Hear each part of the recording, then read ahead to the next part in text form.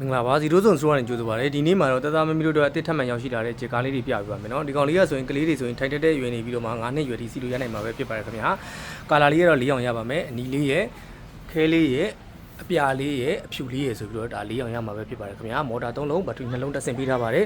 ဒါကလေးတွေကိုယ်တိုင်ချင်းနေပါလေးနဲ့လည်းနေမောင်းလို့ရမယ်ဒါလူကြီးတွေကရမူလေးနဲ့လည်းမောင်းပေးလို့ရမယ်ပေါ့နော်မီလာလေးတွေပါမယ်တချင်းလေးတွေပါမယ်ဟုံးလေးတွေပါမယ်ပေါ့နော်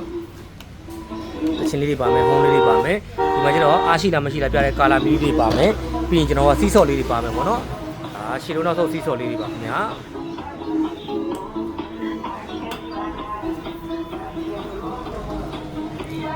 ဒီကလေးငယ်လေးတွေအတွက်ဆိုရင်လည်းဒီမှာရမူလေးနဲ့မောင်းပေးလို့ရမယ်ပေါ့နော်ရမူလေးမှာဆိုတော့ရှေ့မောင်းလို့ရမယ်နောက်မောင်းလို့ရမယ်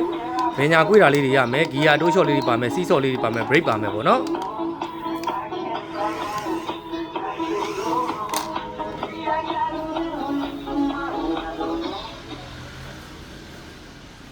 ဈေးနှုန်းလေးနဲ့ဆက်သွယ်မှလို့ရနိုင်တဲ့လိပ်စာဖုန်းနံပါတ်လေးကိုလည်း comment လေးမှာရေးပေးထားပါမယ်ခင်ဗျာအားကုန်သွားပြီဆိုတော့ကျွန်တော်ကဒီနေ့လေးမှာ charging ကြိုးလေးနဲ့ပြန်သွင်းမိလိုက်ရုံပါပဲခင်ဗျာသူ့မှာလည်း original charging ကြိုးလေးဒါပါပြီးသားပေါ့နော်